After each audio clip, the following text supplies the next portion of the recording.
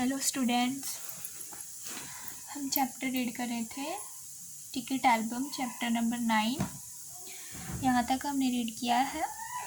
आज हम यहाँ से स्टार्ट करेंगे। क्या है? भैया शहर गया है। अरे हाँ, तुमने भैया का एल्बम देखा? उसने पूछा। अब क्या हुआ है कि रजप्पा नागराजन के घर आता है और कामाक्षी उसकी बहन उसके पास आती है और वह क्या कहती है कि भैया तो शहर गए हैं। और हाँ, क्या तुमने भैया का एल्बम देखा है?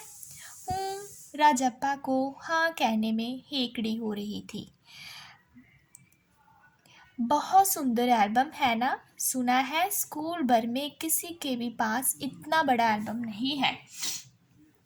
अब उसकी बहन कहती है कि बहुत सुंदर एल्बम है उसका, और मैंने तो ये भी सुना है कि स्कूल में किसी के पास भी इतना सुंदर एल्बम नहीं है।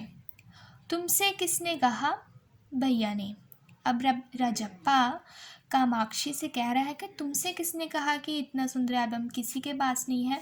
तो उसने कहा कि भैया ने कहा मुझे। वह कुड़ गया, मतलब उसे जेलस होने लगी। बड़े से क्या मतलब हुआ? आकार में बड़ा हुआ तो एल्बम बड़ा हो गया। उसकी चिड़चिड़ाहट साफ थी। अब वह कहने लगा कि बड़ा होने से क्या होता है, सिर्फ आकार में, साइज में बड़ा होने में कोई मतलब नहीं है। कामाक्षी कुछ देर तक वहीं रही, फिर नीचे चली गई। राजप्पा मेज़ पर बिखरी किताबों को टटोलने लगा। अचानक उसका हाथ दराज के ताले से टकरा गया। उसने ताले को खींच कर देखा, बंद था। क्यों ना उसे खोलकर देख लिया जाए। मेज़ पर से उसने चाबी ढूंढ निकाली। अब क्या हुआ कि कामाक्षी कुछ देर तो उसके पास बैठी रही, लेकिन फिर वह चली गई।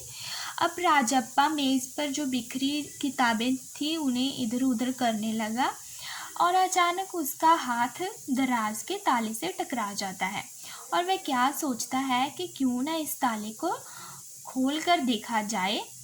वह ताले को खींचता है लेकिन वह नहीं खुलता, और फिर वह उसकी चाबी ढूंढने लगता है। सीढ़ियों के पास जाकर उसने एक बार झांक कर देखा, फिर जल्दी से दराज खोली। पहले तो उसने सीढ़ियों के पास जाकर देखा कि कोई आ तो नहीं रहा ना, और फिर उसने जल्दी से दराज खोल दी। एल्बम ऊपर ही रखा हुआ था।